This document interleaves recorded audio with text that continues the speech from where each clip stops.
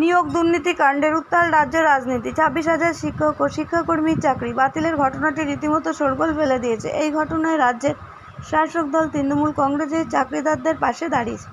শাসক দলের অভিযোগ, এই দুর্নীতির ও অনিয়মের ক্ষেত্রে মূল কারণ বিজেপি ও সিপিএম। তৃণমূল সুপ্রিমো মমতা বন্দ্যোপাধ্যায় ও সাংসদ অভিষেক বন্দ্যোপাধ্যায়ের নির্দেশে কলকাতার রাজপথে নামল তৃণমূল যুব কংগ্রেস ও তৃণমূলের ছাত্র পরিষদ।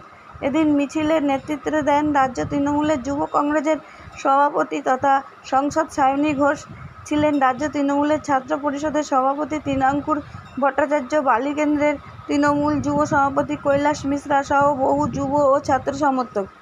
মিছিল শুরু হয় কলেজ স্কোয়ার থেকে, যা শেষ হয় ধর্মতলায়। এদিন তৃণমূলের পক্ষ থেকে সাফাই দেওয়া হয় যে বিজেপি ও সিপিএমের ষড়যন্ত্রের ফলেই এতজনের চাকরি চলে গেছে।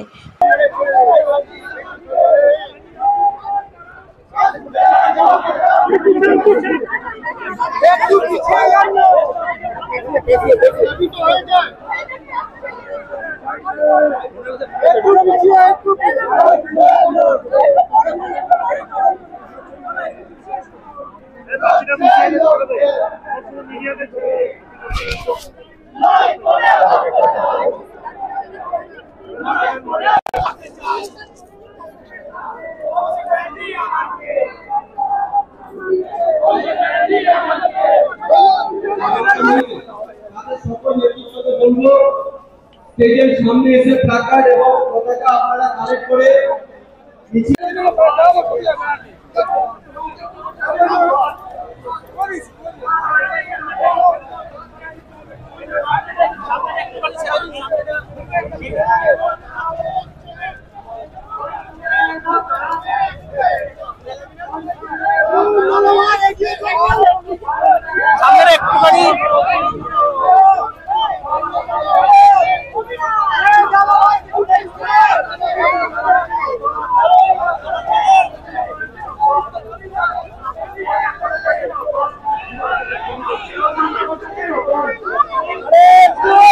আরে আমাদের ছবিটা করতে দিন ভাই, একটু আরে সামনেটা ধরো।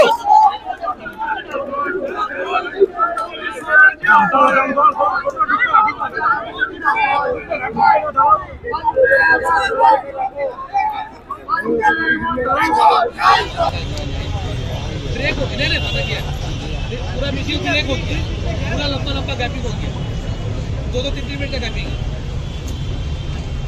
पानी का पैकेट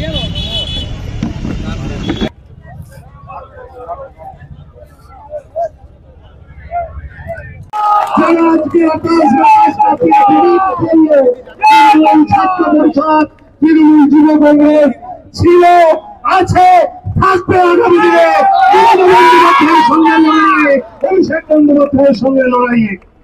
আজকে আমি জানি কি বলবো।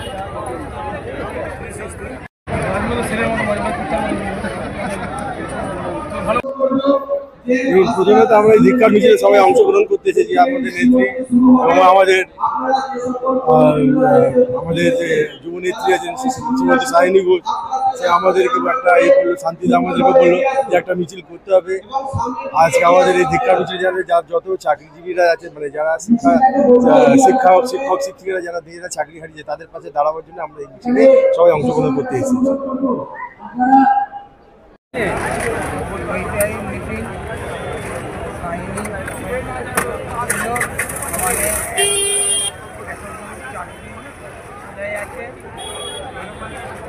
চাকরি চলে যাওয়াতে চাকরি চলে যাচ্ছে। আমাদের এই চাকরি চলে যাওয়াতেই আমাদের দুঃখিত মমতা ব্যানার্জি চাকরির জন্য লড়বে।